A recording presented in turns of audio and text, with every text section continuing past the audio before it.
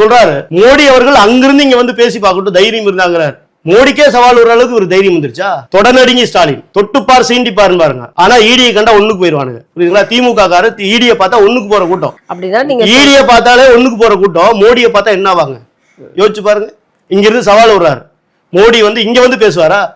சரி, உங்க அமைச்சர்களா இங்க இருந்து பேசினானுங்களே, அவங்களா பீகார்ல போய் பேசுவாங்களா? துரைமுருகன் சொன்னார்ல, ஒரு பெண் 10-15 ஆண்களை கல்யாணம் பண்ணிக்கிறாங்க, போய் பீகார்ல பேசுவார். அவரு பேச தைரியம் இருக்கா?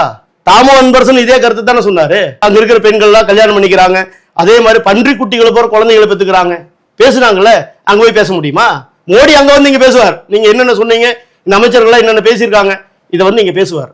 ஆனா இங்க இருக்கக்கூடிய அமைச்சர்கள் அங்க போய் இதை பேசுவாங்களா? எம்பி தர்மபுரி எம்பி செந்தில்குமார் சொன்னார்ல, கோமூத்திர மாநிலங்கள் சொன்னார்ல, அங்க போய் எம்பி பேச முடியுமா? செருப்பால் அடிப்பானுங்க. பேசுவார். அவர் தைரியம் இருக்கா அவருக்கு? KSSR ராமச்சந்திரன் என்ன சொன்னாரு? இங்க இருக்கக்கூடிய வியாபாரிகள் வட மாநில வியாபாரிகளை அடித்து துரத்துங்கள்.